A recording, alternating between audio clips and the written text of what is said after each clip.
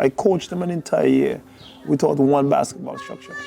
It was 2 big stones on both ends, no hoops, no nothing.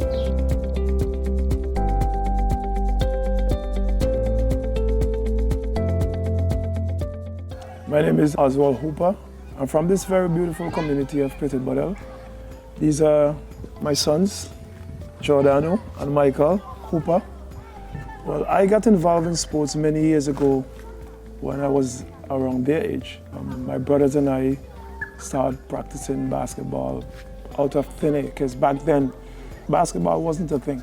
It was cricket, soccer, that's it. And we were just watching it occasionally on television. But mostly when we go to town, we buy a magazine, we comb through the magazine and we see photos of basketball players and stuff like that. That used to inspire me to come back and try to mimic things that we seen in a photo. And from there we just started basically teaching ourselves the sport. No one actually taught us the game. My brother Oswald, my brother Delroy, all three of us started playing the game, and that was the beginning point for me.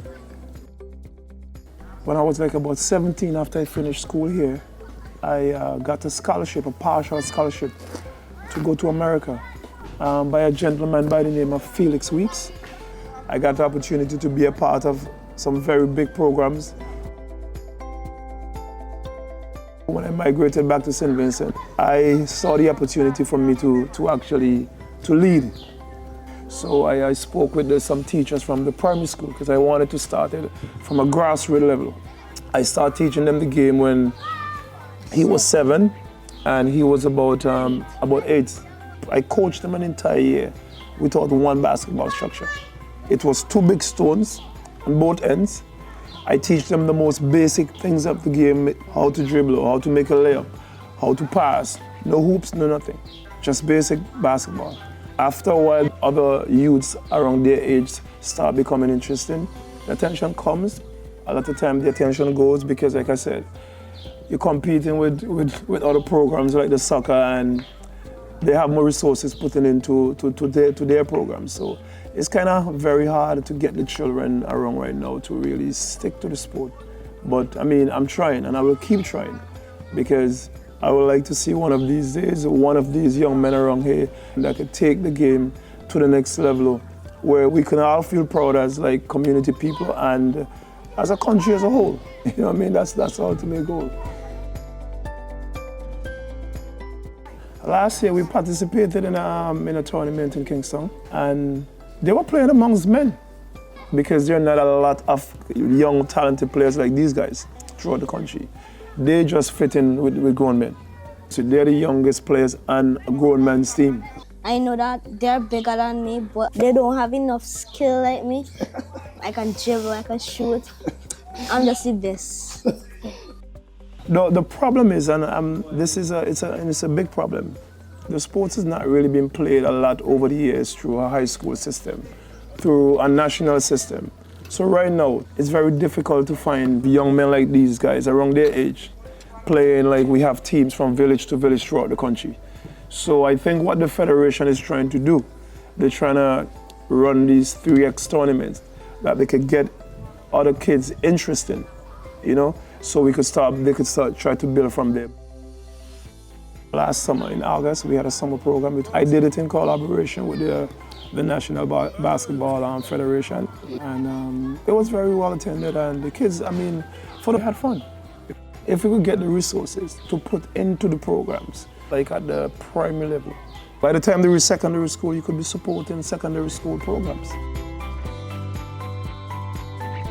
When I'm on the court, I try to instill in them the importance of hard work. I'm their dad, yes, but when I decide to coach them, I'm a different person to them. I normally tell them, listen, when you finish with me, you can go anywhere in life playing the sport and you will not feel challenged by any means, because I'm giving it to you the way you're probably gonna get it out there and times more. It's our business within a family environment. After practice, I'm daddy again. I'm a single parent, and these 2 boys have been living with me throughout their lives with the help of my mom and my brothers.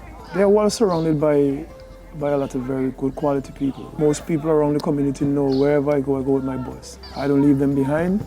They're both two also very talented young entertainers. Soca music. Their names are the Braveheart Boys.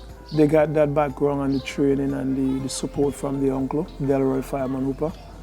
And he has been very supportive of them. You know, he takes them to the studio, he will write the music, he'll make sure that they perfect as much as possible.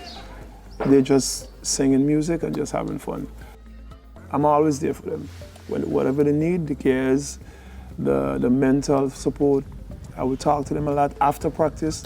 We will sit there sometimes for hours. I'll tell them my journey back then when I was growing up with my brothers. You know, they will tell me how they feel about anything at all. The communication level is very strong between us. And as a father, I try to build and maintain that bond between my children. And that cannot be broken. Because I always tell them, it doesn't matter where you go in life. Even if your journey takes you in separate directions, always remember that you're brothers. And nothing should be able to separate that. Because that's the way my mother taught us. And I want to keep maintaining that with these guys.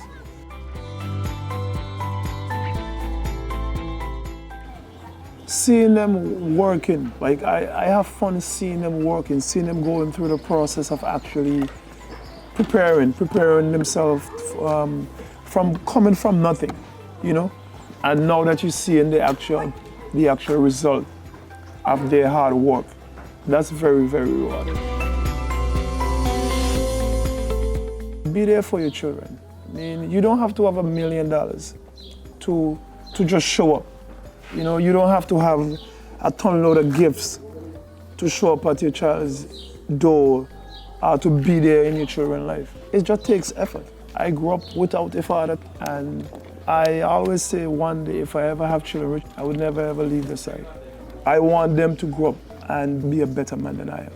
There are a lot of good fathers in St. Vincent, and to all of them, continue to be good to your children. And for those that's falling short, try your best to be a better man to your family. My joy comes when I see my kids every day they get up.